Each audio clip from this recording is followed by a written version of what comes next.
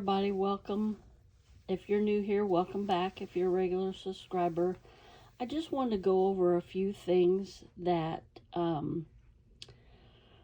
I started with as I was making junk journals.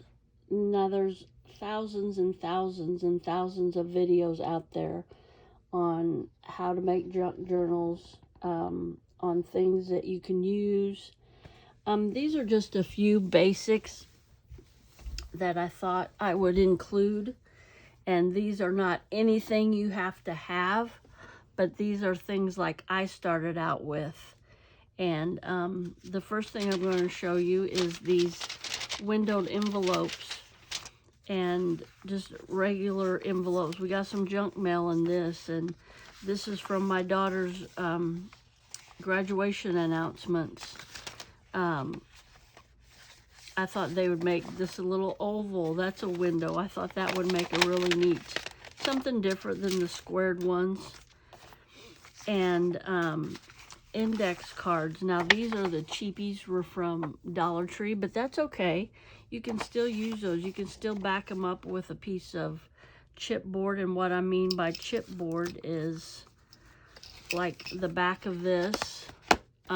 Even a light cardboard box, you can use that. Just something to give it more stability, because these are really flimsy. And you could also use this just as is, you know. Write something on there, or you tuck it in a tuck spot, you know, a pocket, and it could be a journaling spot, you know.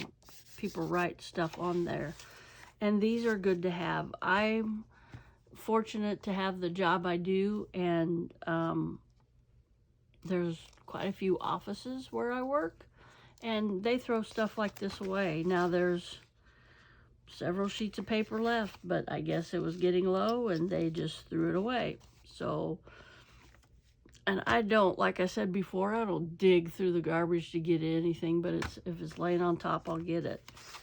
Material, there's a piece of material, and it can have patterns to it. It can be plain, just any material that you have laying around. Some of you will recognize this. It's just an envelope. I got a thank you card from a friend, and I tore this flap off, but I glued it back on.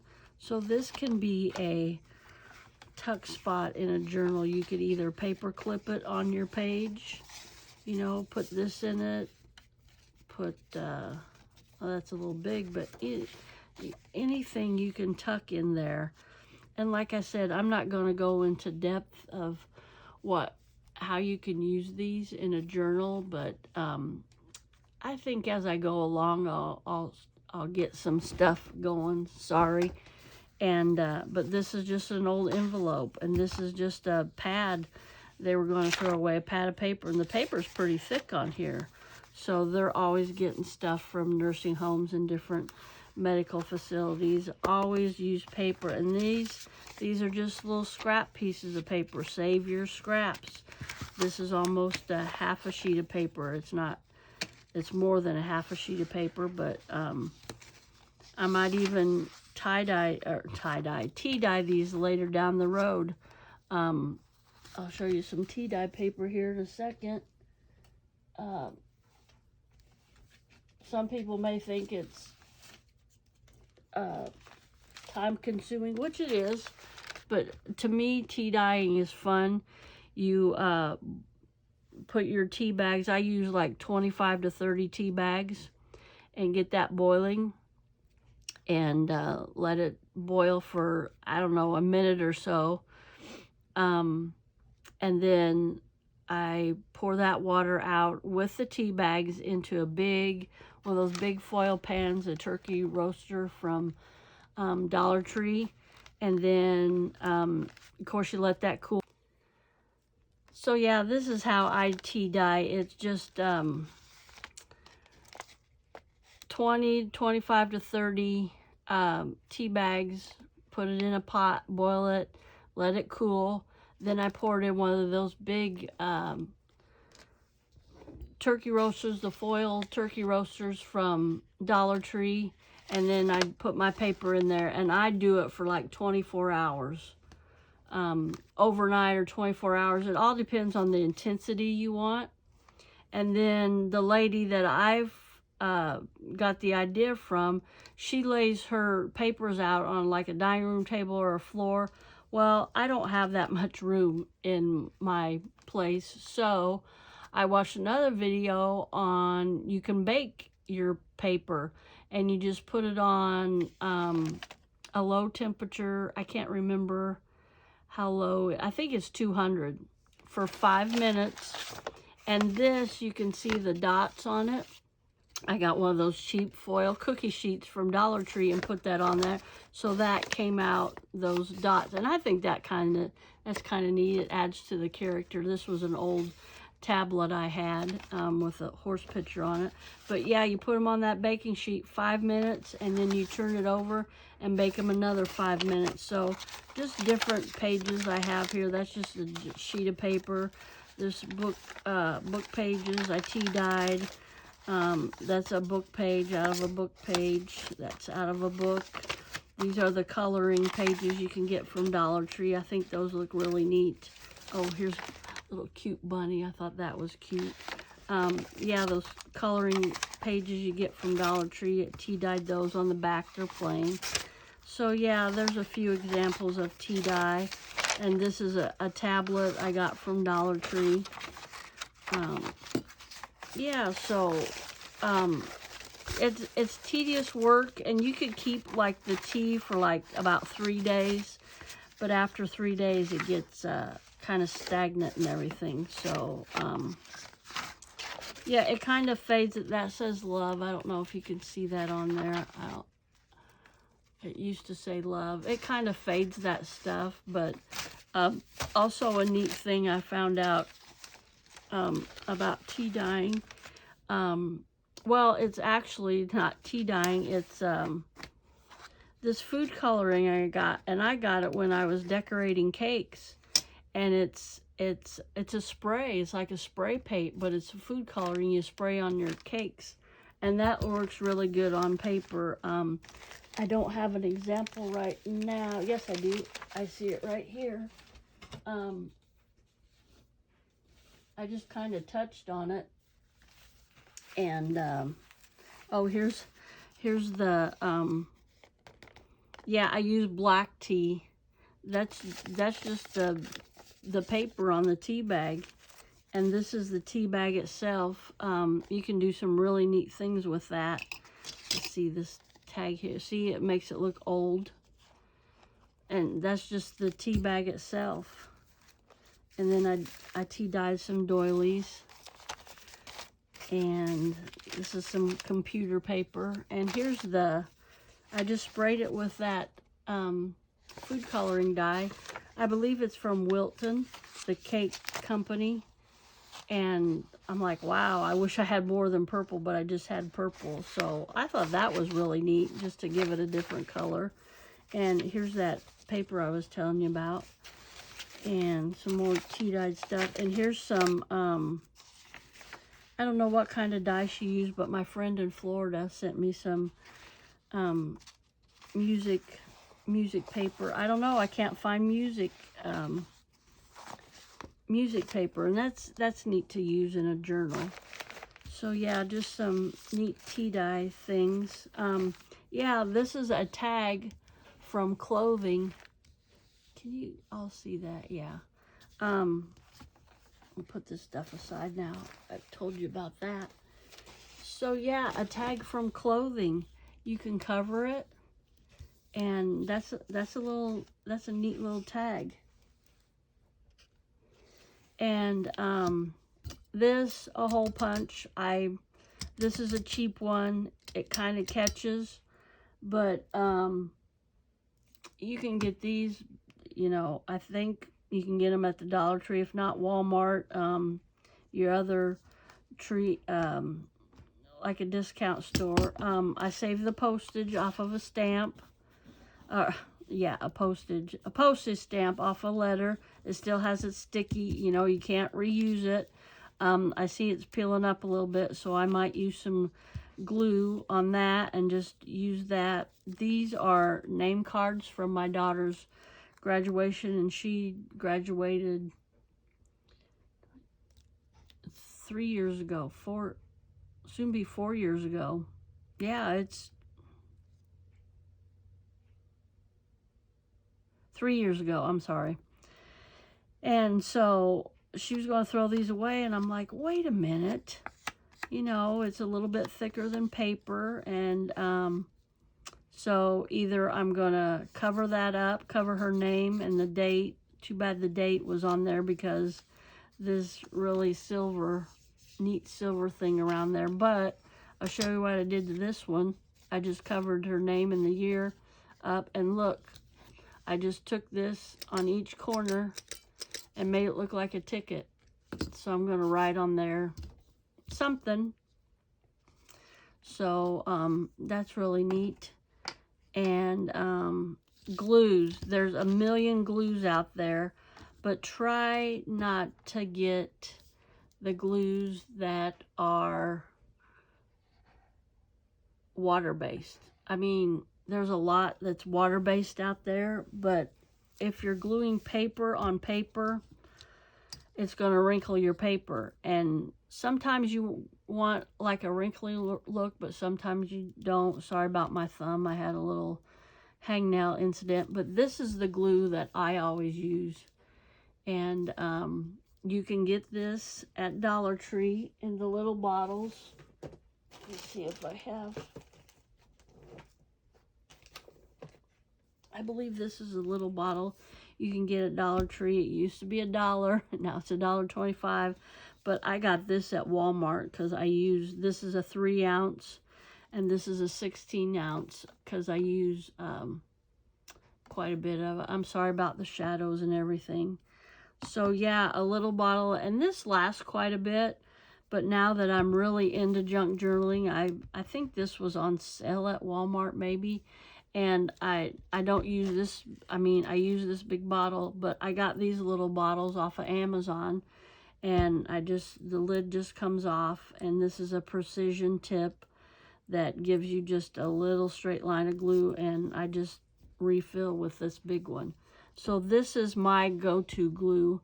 I'm still wanting to try, it's called Barely Art Glue. I want to try that. A lot of the junk journal ladies that I follow use that. And also, there's a glue,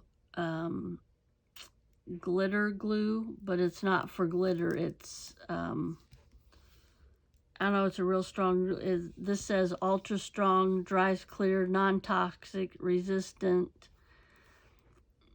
ultra resistant. Oh, that's that. Okay, that's in a different language. But yeah, the gal I kind of modeled after I started junk journaling after. She's from Australia, and she uses, it's called Boyle's glue, and can't get it over here. And it's, I think she says it's acetone based glue, and I've looked on Amazon and everything and can't get it over here. And you can't buy it from the UK and have it shipped over here because of the chemicals and everything. But I got this glue. I haven't used too much of it. It's called Tombow Mono Liquid Glue.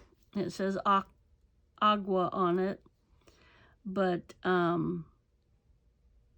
yeah, it's got a pin tip on it. So like a precision tip. And then it's got a brush tip on it.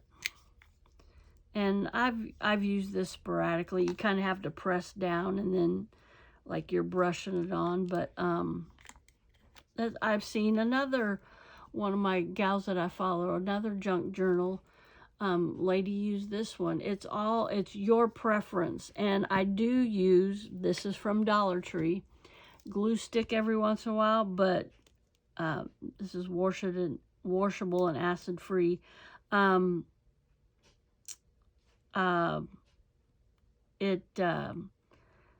can't rely on this. You can't like put this and stick something down and think it's going to stick for years. I picture in my mind somebody using their junk journal for years. So glue stick, there's one of my ladies used. She's from Florida. Pam at the Paper Outpost. The Paper Outpost is her channel name, and she uses a Scotch big glue stick. Like I said, this was just from Dollar Tree, and I'll use it. I use it in a pinch. I mean, like some things, you know, like magazine pages, you know, they're really thin, and it's really good to, like, say I was going to cover this tag with a magazine image, I would use this, and then maybe around the edges, just around the edges, I'd use my tacky glue. So you just got to find a glue that suits you and that you like. I would not recommend Elmer's because one of my ladies in Florida, it's Jovi, and her channel is Creating with Jovi, and she says don't use Elmer's. It's got too much water in it. So I did have some Elmer's craft glue. It was like super bonding and everything. I got it at Hobby Lobby. I probably paid overpriced for it, but I got it and I use it on a few things. Now I think I'm gonna do the Mod Podge thing, or the with the water, you like add 2/3 glue and 1/3 of water, and then you mass make things with, I mean, you collage with it, and so yeah, I'm going to use it. And this is not a necessity, but it comes in really handy. It's my paper cutter I got. Now these do get dull pretty fast, and they'll rip your paper. And if it's a thin magazine, now that cut it pretty good. The thicker your paper, the better this will cut. And this just has this little blade right there. I don't know if you can see it, that little triangle. And that gets pretty worn out. Now, I've had this for not a year yet, but these you have to replace quite a bit. Now, like I said, I haven't replaced mine yet, but also I got a rotary cutter that has a round blade to it. And but this was kind of an essential for me because I cannot cut a straight line to save my soul with scissors. And this is kind of neat because it has the 5 inches, 4 inches, 3, 2, 1. And also, you know, all the little, the 1/4 inch, the 1/2 inch, the 3/4.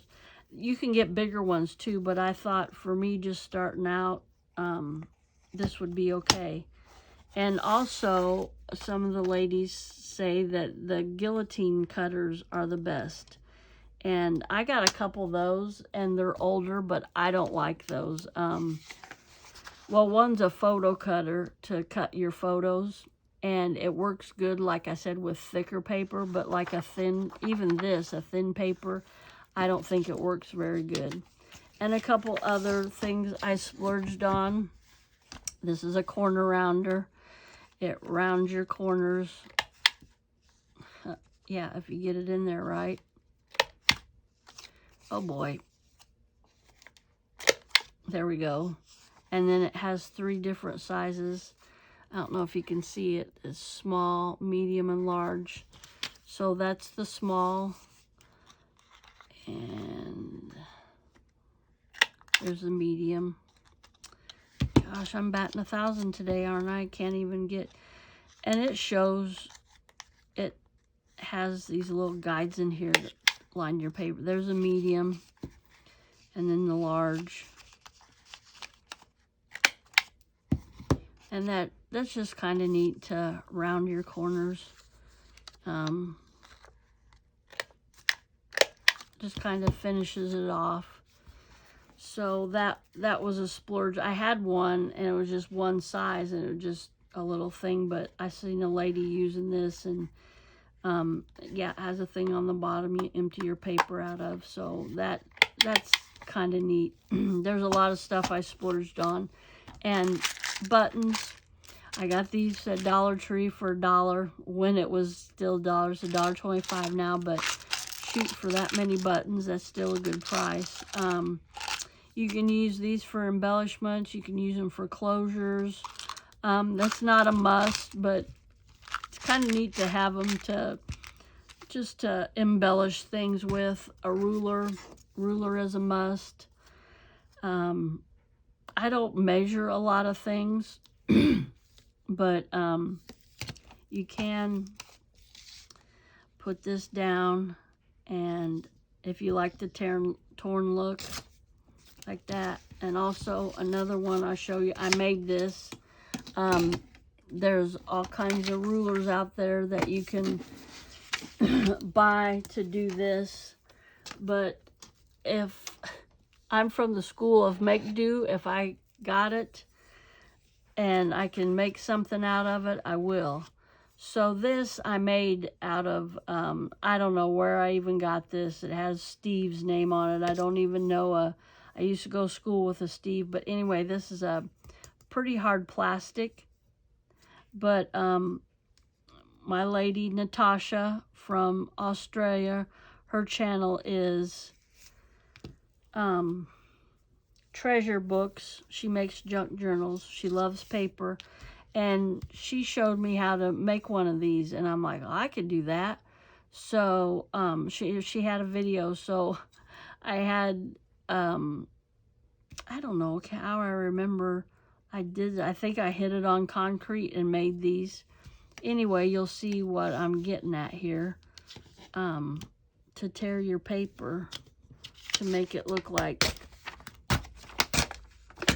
it's torn. So I thought that was a really neat idea. Can you see that against that background? Sorry guys, I'm not very organized today.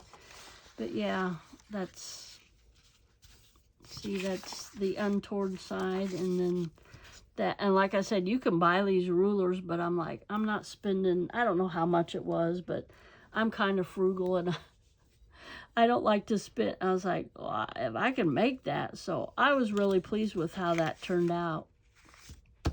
So these are not an essential, but they're really nice to have, these binder clips. I got this one in a little thing at Dollar Tree. I think it was $1. It had thumbtacks in it, or push pins. It had these. It had paper clips in it. So yeah, you can get these at Dollar Tree. These bigger ones are real nice, like if you're working with a lot of paper. They open up quite a bit. And these medium ones, like I said, I've got these at work. They threw them away. So yeah, I hope you enjoyed this video. It was just a short video to tell you the things that I kind of started out with. And I hope you guys have a blessed day. Today is Thursday. I'm messed up because of Memorial Day, but today is Thursday, and I just want to say to keep smiling, because I love you, but more importantly, God loves you too. Bye. I'll see you in my next video.